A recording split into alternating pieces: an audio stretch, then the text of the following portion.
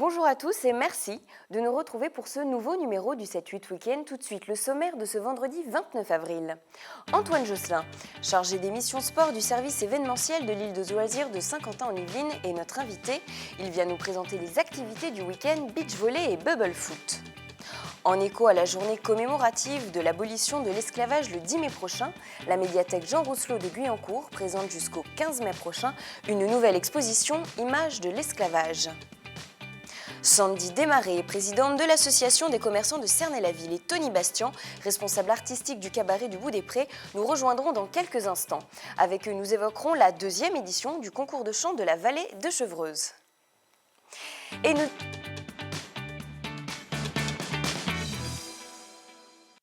nous démarrons cette édition avec Antoine Josselin. Bonjour. Bonjour. Alors, vous êtes chargé de mission sport pour le service événementiel de l'île des loisirs de Saint-Quentin-en-Yvelines. Oui, tout à fait. Et aura lieu donc ce week-end 2 activités pour une association, vous allez nous expliquer ça, à savoir du beach volley et du bubble foot. Alors, dans quel cadre ont lieu ces 2 activités ? Alors en fait, donc c'est une association qui vient donc ce week-end sur l'hébergement collectif de l'île de loisirs de Saint-Quentin-en-Yvelines. Et donc ils ont demandé à réserver en fait un créneau bubble foot, donc nous on l'appelle Crazy Bubble, mais après ça se rejoint forcément. Donc un créneau bubble foot et un créneau beach volley. Donc du coup on leur a proposé tout ça et donc ils viennent ce week-end pour s'amuser. Voilà, donc nous le Crazy Bubble, en fait, c'est donc une activité, ça joue plutôt à 4 contre 4, donc c'est des personnes qui glissent en fait dans des bulles, dans des énormes bulles transparentes en fait. Et donc les règles, ça rejoint un petit peu les règles du foot. Ouais, voilà les règles, donc ça rejoint un petit peu les règles du foot. Et donc en fait, le but, c'est tout simplement pour récupérer la maîtrise du ballon, c'est de foncer dans les adversaires pour récupérer le ballon et pour aller marquer des buts. Voilà. Donc vraiment les règles, c'est traverser le terrain pour aller marquer un but, c'est ça ? Oui, tout à fait. Donc faut récupérer le ballon, et bien sûr essayer d'éviter les adversaires, même si c'est un peu compliqué. Et voilà. Et ça se joue à 4 contre 4, vous disiez ? C'est oui, 4 contre 4. Après, il y a des remplaçants, parce qu'en fait, c'est une activité qui est, mine de rien, quand même assez physique. Oui, pareil, parce que c'est assez il violent. s'agit déjà de porter la bulle. Ça pèse, c'est très lourd ? Je ne sais pas exactement combien ça pèse, mais c'est quand même assez lourd. Pour les enfants, ils peuvent avoir un petit peu de mal des fois à porter la bulle, mais après, c'est praticable à partir de 11 ans. Donc c'est quand Et même... ce sont des manches de 15-30 minutes ? Ça va de 30 à 45 minutes. Après, on modifie les créneaux selon les demandes des groupes, évidemment. Hein, mais ouais, c'est à l'origine 30-45 minutes, parce que comme je vous ai dit, c'est assez fatigant. Surtout quand il y a du soleil, ça peut vite chauffer à l'intérieur. Donc voilà. Donc on précise que ces activités ont été organisées à destination d'une association ce week-end, mais tout particulier est libre de s'inscrire aux adresses qui vont s'afficher à l'écran, aussi bien sur votre site internet que sur le mail qui va s'afficher. Donc c'est vraiment à destination de tout public. Est-ce qu'il y a des conditions d'âge à respecter ? Donc c'est à partir de 11 ans. Voilà, c'est ouvert à tous les publics, hein, donc comme vous l'avez dit, les particuliers, les associations, les entreprises et les structures jeunesse. Donc là, en fait, pendant les vacances de Pâques, on a ouvert donc le village loisirs, donc qui était ouvert pour les structures jeunesse et les centres de loisirs. Donc ça, c'est pendant toutes les vacances scolaires, le village loisirs. Voilà, pendant toutes les vacances scolaires. On le trouve donc aux vacances de Pâques, aux vacances de la Toussaint et bien sûr pour les vacances d'été. Et là, vous organisez toute une multitude d'activités. Voilà, en fait, on a entre 15 et 20 activités qu'on propose toute l'année. On essaie de trouver des nouvelles activités tous les ans. Et donc, en fait, les groupes nous réservent des créneaux en choisissant leurs activités. Nous, on met en place derrière ce qu'ils ont demandé, voilà, toujours dans ce but de s'amuser, de prendre du plaisir tout en pratiquant des activités physiques et sportives. Alors donc ça c'est pendant le village loisir, il y a également du beach volley pendant le village loisir et c'est l'activité à laquelle est couplé le bubble foot ce week-end. Exactement. Alors le beach volley c'est le retour de l'été, on l'espère, et du beau temps. Oui, après en ce moment bon, c'est pas toujours forcément le cas tous les jours, mais après dès qu'il y a un petit peu de soleil, oui forcément c'est une activité qui plaît beaucoup parce que forcément sur les sports de sable qu'on propose, le beach volley c'est une activité qui revient souvent. Ça joue de 2 à 5 personnes par équipe. Donc c'est plus ludique que le volley ? On est sur les mêmes règles ? C'est à peu près les mêmes règles, oui, sensiblement. Après, le beach volley, forcément, il y a un petit peu plus d'acrobatie, vu qu'on est dans le sable. Voilà, pour les jeunes, en plus, ils adorent ça, se jeter dans le sable et tout ça. Donc, c'est bien fun comme activité. Ouais. Alors à l'instant, vous nous parliez du village loisir qui est donc ouais. organisé à l'île des loisirs pendant toutes les vacances scolaires. Exactement. Mais le développement du village loisir, de ce concept l'été, c'est le village sportif d'été. Donc en fait, qui aura lieu cette année du 6 juillet au 5 août. Et donc en fait, il est financé par la région.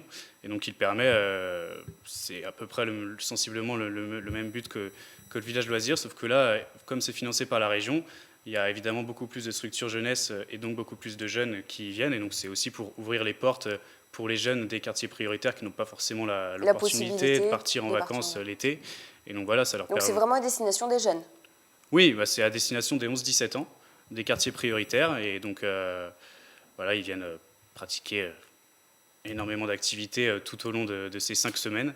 Et voilà, on est bien content de les accueillir en tout cas et ça fait plaisir. Oui.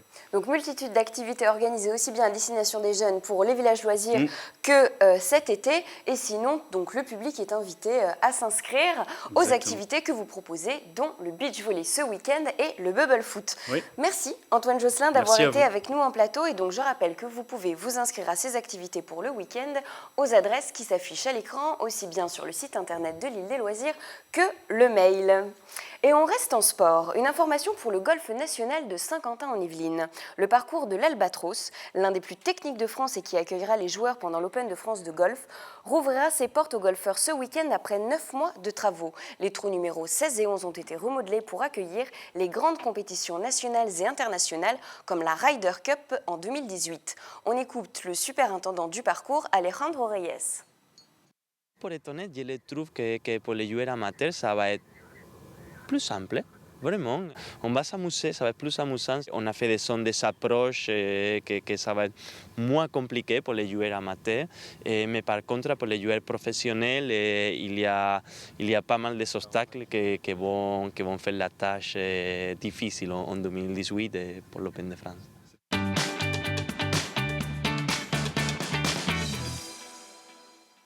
Et une proposition d'exposition maintenant pour votre week-end. En journée, à la journée commémorative de l'abolition de l'esclavage le 10 mai prochain, la médiathèque Jean Rousselot de Guyancourt présente jusqu'au 15 mai une nouvelle exposition Images de l'esclavage.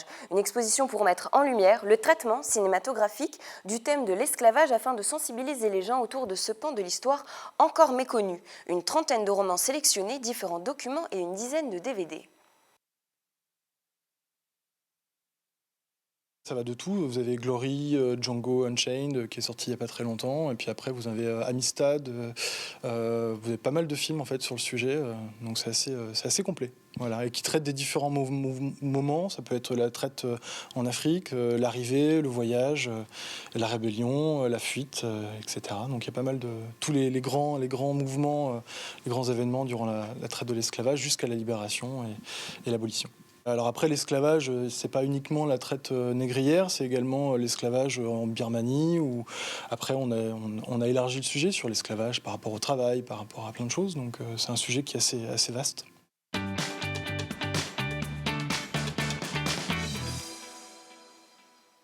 Et on continue à présent en littérature. Comme chaque vendredi, le pavé du canal de Saint-Quentin-en-Yvelines vous fait partager sa sélection littéraire.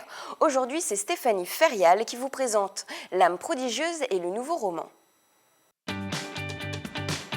Voilà L'amie prodigieuse et le nouveau nom d'Elena Ferrante, qui sont les 2 premiers tomes d'une saga absolument exceptionnelle, italienne, une grande fresque romanesque dans le Naples. Alors le premier commence à la fin des années 50 dans le Naples, le deuxième on est dans les années 60.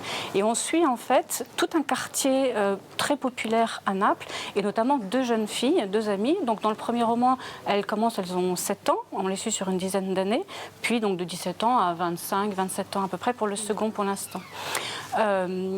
Donc Elena et Lina, très très différentes l'une de l'autre, très très liées, très amies effectivement. Mais ce qui est surtout très intéressant, c'est qu'on suit tout le quartier et notamment les autres amis qu'il y a.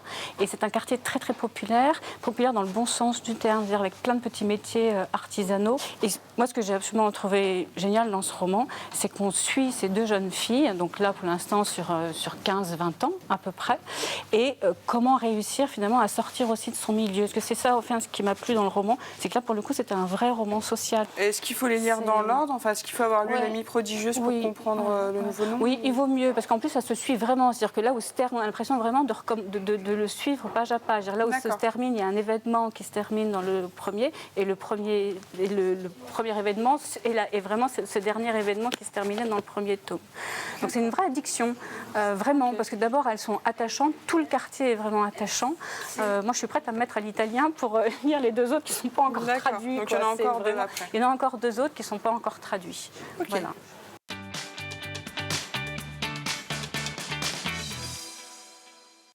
Et l'on ouvre une page 7e art. Aurélie Sergent du Grenier à sel de Trappes vous présente No Land Song d'Ayat Najafi. Le coup de cœur du Grenier à sel cette semaine sera le film No Land Song, un film iranien de Ayat Najafi qui suit le projet de sa jeune sœur Sarah, qui est compositrice, mais également musicienne et surtout chanteuse, dans son projet de vouloir monter un concert solo de femmes. Elles vont tenter de convaincre le gouvernement iranien de pouvoir organiser ce concert, alors que même le gouvernement interdit aux femmes de pouvoir chanter seules sur scène. Donc c'est un film de lutte, c'est un film de femmes fortes, pour la liberté de chanter. Et c'est aussi un film dont le dispositif cinématographique est très simple, nous plonge au cœur de la société iranienne. Ça a été aussi pour cette jeune Sarah un vrai combat parce qu'elle se met face à la caméra à nu, sans porter le voile, en chantant des hymnes révolutionnaires, en étant tout à fait subversive. C'est vraiment une résistante, elle est au cœur de sa société en train de lutter pour la liberté d'expression et d'égalité des femmes. In what way it can be a revolutionary act? فکر می‌کنم که این خودش انقلابی ترین کاریه که توی این دوره توی ایران میشه انجام داد. How you say music? موسیقی. Wow. It's very nice. موسیقی. Venez le voir au Grenier à sel, ce film est une perle, c'est un diamant, c'est un bijou, il ne faut pas le louper. On a 2 séances, dimanche et mardi de la semaine prochaine. Venez découvrir ce documentaire qui est bien plus qu'un documentaire, qui est une histoire vibrante, fraternelle entre l'Iran et la France. Et 7e art toujours, on regarde maintenant vos réactions à l'affiche des nouveautés de cette semaine. Il y avait beaucoup d'actions, tout ça, tout le temps, il n'y en avait jamais assez encore, mais franchement c'était super bien. Après le fait qu'ils se battent entre eux c'est un peu nul quoi, parce qu'on a l'habitude de les voir ensemble, mais ça met de l'action donc ça va, c'est bien. Non, c'était bien, c'était ce qu'on attendait depuis le premier, donc non, et avec tous ces personnages réunis, c'était magnifique. Un bon film, oui. À recommander pour toute personne aimant ce genre de film. Plutôt bien, dynamique, des petits moments de mou, mais sinon c'était plutôt agréable. Les enfants ont bien aimé, donc c'était bien.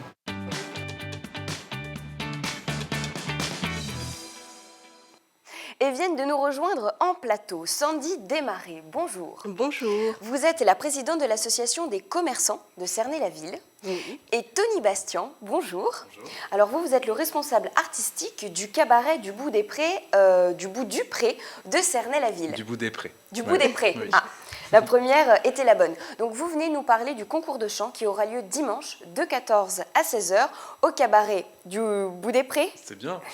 De Cernay-la-Ville. Présentez-nous un peu ce lieu qui est une ancienne écurie du XVIIe siècle. Exactement. Donc c'est une écurie. Ça appartient à la ferme du Bout des Prés, qui est un restaurant. Et ce bâtiment était vide et on a souhaité en faire un bâtiment un petit peu spécial. Donc on en a fait un cabaret. Ça fait 3 ans qu'il est ouvert et petit à petit, l'oiseau fait son nid. Voilà, oui, ça marche plutôt bien. Le nom n'est pas anodin. Non, puisqu'on a voulu garder justement le nom de la ferme, puisqu'on est dans une ferme. Et la ferme s'appelle la ferme du Bout des Prés. Donc on se disait que le cabaret du Bout des Prés, ça convenait totalement. Voilà. Le fait de s'installer à Cernay-la-Ville, à proximité de Paris, c'était un choix? Il y avait une volonté? J'ai presque envie de dire c'est le destin, tout simplement, qui nous a ramenés dans ce coin-là. Et on s'est bien amusé dans la ferme, parce qu'il y a d'autres activités là-bas. Et on a développé, et puis on s'est installé à côté. Donc voilà, C'est juste pour ça. Donc différents spectacles dans votre cabaret, mais dimanche, ce dont on parle, c'est la 2e édition du concours de chant de Cernay-la-Ville qui est organisée en partenariat avec votre association, Sandy Desmarais. Voilà. Expliquez-nous un peu l'initiative de ce projet. Alors en fait, l'association des commerçants de Cernay-la-Ville a été créée il y a un peu plus de 2 ans. Et dans un esprit de convivialité, d'amitié avec les commerçants, artisans, restaurateurs, boulangers, artistes, comme Tony ici présent. Et de là, nous avons mis en place différents projets, dont ce concours de chant qui, depuis 2 ans, on arrive à sa 2e édition, va nous permettre peut-être de découvrir encore une ou un prodige de chant, comme l'année dernière, avec Laure Bichet, qui a été notre lauréate.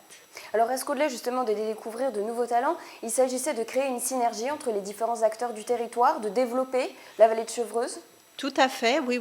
Le but étant vraiment, comme je vous l'ai dit, d'avoir un esprit de convivialité et de rencontrer les Cernésiens et puis les gens de la vallée autrement que d'être dans la rue à se dire bonjour, au revoir, et puis de créer une atmosphère vraiment très sympathique. Et pour l'instant, du retour que l'on peut en avoir, on est très satisfait et je le suis moi-même, je l'avoue. Et quelles ont été d'ailleurs les retombées de la première édition ? Les retombées ont été fort sympathiques déjà par les enfants qui eux-mêmes se sentaient déjà prêts dès le lendemain à choisir leur chanson pour la préparation du concours 1 an plus tard. Donc ça déjà c'est une super motivation pour nous pour continuer ce beau projet. Et puis ensuite, par le reste des animations que nous pouvons faire au fur et à mesure du temps, c'est vrai que cette évolution nous permet vraiment et nous donne beaucoup d'envie. Puis rien de tel que les paroles d'enfants et leur grand sourire pour nous permettre de continuer, c'est clairement génial. Alors vous le disiez, la lauréate de la première édition, il s'agit de Laure Bichet. Est-ce que pour elle, ça a servi de tremplin ? Où est-ce qu'elle en est ? Elle est jeune, mais ça lui sert en tout cas d'envie d'aller plus loin. Je l'ai eu au téléphone il n'y a pas très longtemps, donc elle va revenir pour la deuxième édition. En tant que guest. En tant que guest, justement. Et quand je l'ai appelée, elle était ravie. Elle a déjà participé à quelques premières parties de nos spectacles au cabaret. Ça devait être une grande fierté pour elle. C'était une grande fierté, puis pour moi aussi, parce que je trouve que c'est... j'ai eu la chance dans ma jeunesse aussi d'avoir des opportunités de faire des premières parties et je trouve que c'est bien aussi de pouvoir leur donner envie tout simplement d'aller face à un public. Prendre des cours de chant, c'est bien, mais se confronter, c'est vrai que le public, c'est mieux. Comme partir sur le terrain. Tony Bastien, expliquez-nous, donc ce concours est ouvert à qui ? Il est ouvert à tous les enfants et les ados, donc tous les mineurs. L'idée était de faire un concours dans l'esprit de l'association, c'est-à-dire convivial. L'idée était de faire découvrir aussi les jeunes talents de Cernay-la-Ville et du coin aussi, puisque ça s'étale maintenant un petit peu tout autour du département. Oui, il y a différents enfants de la vallée de Chevreuse. Hein. Totalement, oui, tout à fait. Et cette année, on a ouvert 3 catégories. L'année dernière, on avait fait une seule catégorie, et c'est vrai que entre les petits bouts de chou de 6 ans qui chantent et les ados qui ont 16-17 ans... Des performances différentes. Forcément, et puis ceci dit, c'est pas souvent les plus âgés qui étaient les plus sûrs devant le micro. Et pour revenir à ce que disait Sandy tout à l'heure, ça a été une vraie bouffée de voir ce concours parce que les enfants, quand ils chantent, ils n'ont pas peur, finalement. Les parents ont très peur pour leurs enfants. Mais moi, je me suis retrouvé à être ému de les voir chanter. Parce oui, complètement. C'est très prenant. Très prenant comme sensation. Oui. Alors, ces 3 catégories, il y a les 6-8 ans, les 9-12 ans. C'est ça. Et les 13-15 ans. Oui, tout à fait. 15 ans parce qu'on n'a pas eu plus âgés, peut-être par peur. On a eu quelques ados l'année dernière et puis certaines que je côtoie encore et qui viennent de temps en temps, pas prendre des cours de chant, mais prendre des conseils, ont refusé cette année parce que voilà. Et alors, on est sur quel style musical avec ces enfants ? Alors, c'est très drôle parce qu'en fait, sur les 3 catégories, on décèle effectivement tous les tubes de Disney ou les chanteurs ou chanteuses en vogue, c'est-à-dire Louane, Kenji Girac, et puis Disney. On a encore un Libéré délivré cette année. Oui, elle a cartonné cette chanson, les enfants. Oh oui, ça va continuer. Et pas que les enfants d'ailleurs. Oui. Non, pas que les enfants, c'est vrai. Au bout d'un moment, les parents en avaient marre. Mais en deuxième catégorie, on a des chansons étrangement plus des années 80, 70, 80, avec des chanteurs français, Sardou, Lenormand, c'est assez rigolo. Et puis la troisième catégorie, là on est dans la pleine modernité, on sent qu'ils sont tous en pleine actu. Voilà. Donc, il y a un parrain un peu spécial et auquel vous tenez particulièrement, qui a un rôle aussi très actif pour votre cabaret, c'est Olivier Mine. exactement, en fait alors on pourrait penser que c'est un parrain pour aider juste pour l'image. C'est un ami avant tout, et c'est quelqu'un qui a découvert le cabaret par hasard et qui est revenu plusieurs fois le voir. Donc c'est pris d'affection. Voilà. Et comme c'était la première guest qui venait nous voir chez nous, eh bien on lui a demandé s'il voulait bien être le parrain, et depuis maintenant il s'investit beaucoup dans toutes les opérations comme ce concours de chant. Donc il est parrain et également membre du jury. Il sera membre du jury. Aux côtés d'autres VIP. Aux côtés d'autres VIP. Alors une personne qui est moins exposée, mais qui est metteur en scène, qui a d'ailleurs réalisé pas mal de choses dans nos spectacles, et qui a notamment fait l'Eurovision Junior à une certaine époque. Il y a eu quelque chose avec Charles Aznavour, qui s'appelle Jean-François Varlet. Et puis sinon, on a effectivement Isabelle Morini-Bosque de l'émission de D8 et d'RTL, qui viendra être le troisième membre du jury, puisque le quatrième est le maire de Cernay-la-Ville, voilà, qui est notre guest. Et également, Sandy Desmarais, il y aura bien sûr Louis de The Voice. Nous avions reçu ici en plateau. Voilà, qui la continuité paraît bonne, donc il le sera. Alors c'est vrai que Louis va nous faire l'honneur de chanter avec Laure d'ailleurs. Avec Laure, voilà, dimanche au concours de chant. Donc voilà, pour nous c'est tout un honneur, comme pour moi, parce que je le précise, c'était un de mes élèves à l'auto-école. Donc voilà, grande précision. Mais voilà, je voulais juste rajouter un petit grand point. Nous aussi, on a un VIP très important sur qui on compte au sein de l'association, qui pour nous est Tony, voilà, qui est notre présentateur, notre ami, notre confident au sein de l'association. Donc c'est vraiment super pour nous de l'avoir avec nous. Et puis de pouvoir partager quand même dans ce lieu du cabaret qui est vraiment magique et magnifique, et qui permet aux enfants, aux parents, aux spectateurs d'être dans un lieu superbe. Alors, on va parler on va dire un mot sur les 3 premiers prix qui vont être remis aux différentes catégories. Donc, pour les adolescents, le premier prix, c'est un très beau premier prix. C'est un enregistrement en studio. Exactement. Voilà, on s'est dit qu'on cherchait des prix à donner, et on se disait, s'ils viennent chanter, c'est qu'ils ont un petit peu envie de chanter. Et je trouve que à mon époque, j'aurais aimé qu'effectivement, plutôt que de m'offrir une coupe ou même de l'argent, m'offrir la possibilité peut-être de continuer à chanter à travers une démo ou quelque chose. Donc l'idée, c'est de leur donner l'opportunité d'enregistrer un titre dans un studio pour prolonger le rêve, et puis peut-être pourquoi pas s'en servir pour aller se présenter dans des émissions comme The Voice par exemple, ça peut être intéressant. Donc voilà, c'est le premier prix pour les 9-12 ans, on est sur quelque chose d'attractif aussi pour les enfants. Oui, bah là, le but du jeu, c'est de les emmener en fait dans une émission de télé.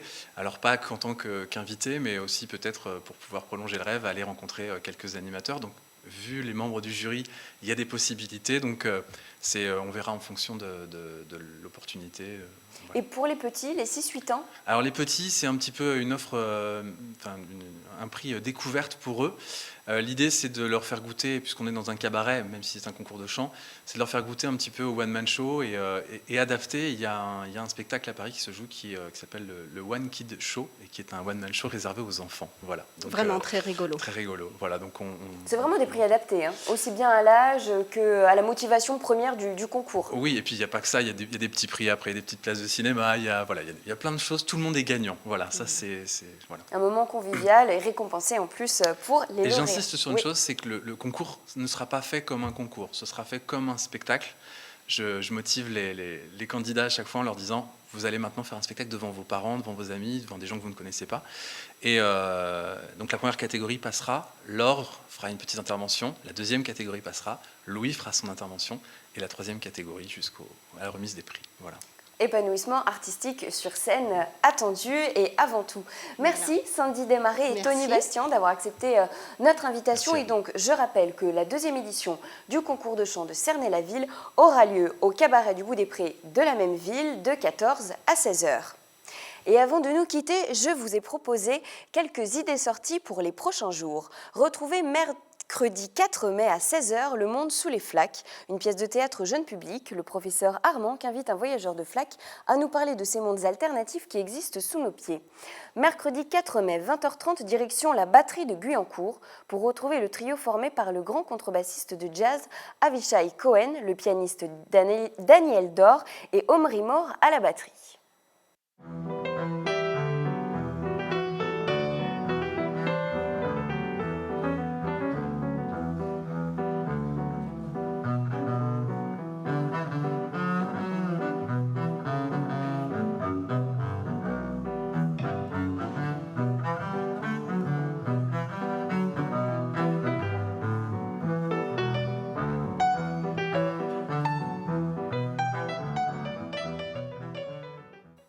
Et enfin, mercredi 4 mai, 20h30, toujours direction le théâtre de Saint-Quentin en Yvelines pour retrouver la pièce de théâtre La Trilogie du Revoir. À l'occasion d'une exposition qu'ils ne verront pas, les personnages de Boto Strauss, mis en scène par Benjamin Poré, nous tendent un miroir et posent une question cruciale, comment vivre ensemble ? Et c'est déjà la fin de ce 7-8 week-end. Merci de nous avoir suivis. Vous pourrez retrouver l'émission sur notre site internet. Je vous souhaite un excellent week-end.